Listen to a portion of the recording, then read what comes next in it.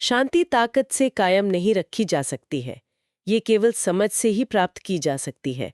Albert Einstein का ये कथन है और मुझे लगता है आज की हमारी बातचीत के लिए ये बिल्कुल सही शुरुआत है। बिल्कुल सही।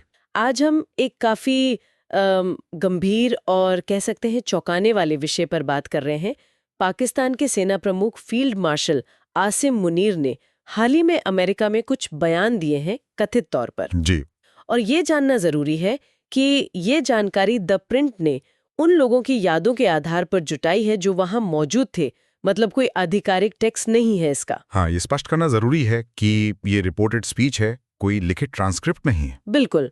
तो हमारा मकसद है कि इन रिपोर्टेड बयानों के पीछे का मतलब समझें, क्षेत्रीय स्थिरता, खासकर भारत पाकिस्तान संबंधों पर इसका क्या असर हो सकता है। और हाँ, यूपीएससी एस्पिरेंट्स और जो लोग करंट अफेयर्स में रुचि रखते हैं उनके लिए ये कितना महत्वपूर्ण है। जी। तो चलिए फिर शुरू करते हैं इसकी गहराई में उतरना। जरूर। सबसे ज्यादा चिंता वाली बात जो सामने आई है वो है फील्ड मार्शल मुनीर की कथित परमाणु युद्ध की धमकी।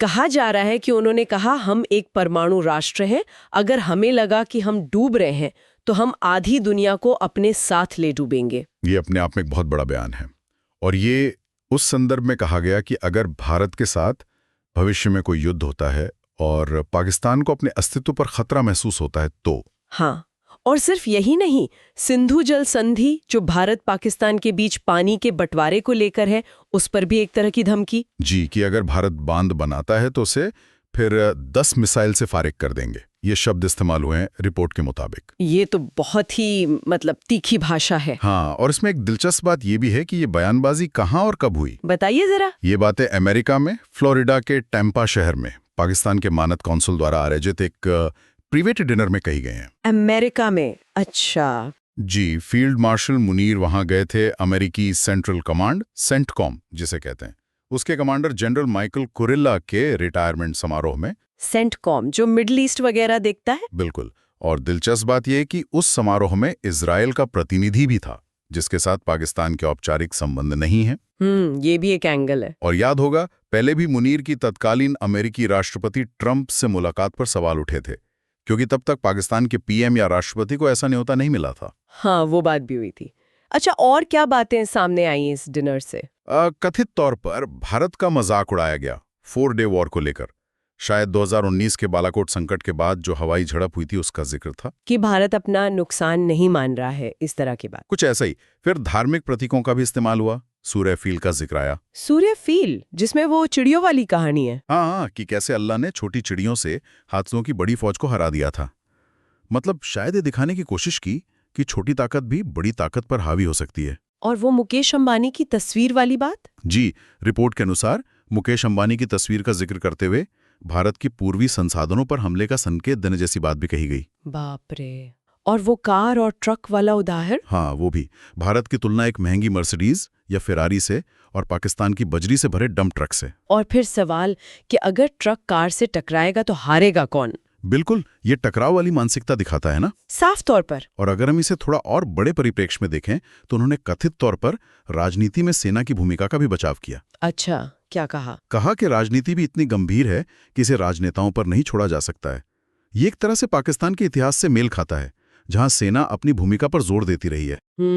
ये तो पाकिस्तान में एक पुराना पैटर्न रहा है। जी। और प्रवासी पाकिस्तानियों से जुड़ने के लिए भावनात्मक बातें भी कहीं, जैसे किसी की माँ काली हो सकती है पर माँ माँ होती है।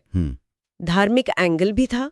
पाकिस्तान को मदीना के बाद कलीमा पर बना दूसरा राज्य बताया और ये भी कहा कि अल्लाह पाकिस्तान को दुर्लभ धातुओं, खनिजों जैसे कुदरती संसाधनों से नवाजेगा। अच्छा, भविष्यवाणियां भी। हाँ, और कूटनीतिक स्तर पर अमेरिका और भारत के बीच जो आजकल थोड़ी खींचतान चल रही है उस पर भी कटाक्ष किया। मजाक में। हाँ, मजाक में कहा कि पाकिस्तान को तो मास्टर क्लास देनी चाहिए कि प्रतिद्वंद्वी ताकतों को कैसे बैलेंस किया जाता है, और इसीलिए उन्होंने ट्रंप को नोबेल पुरस्कार के लिए नामांकित किया था।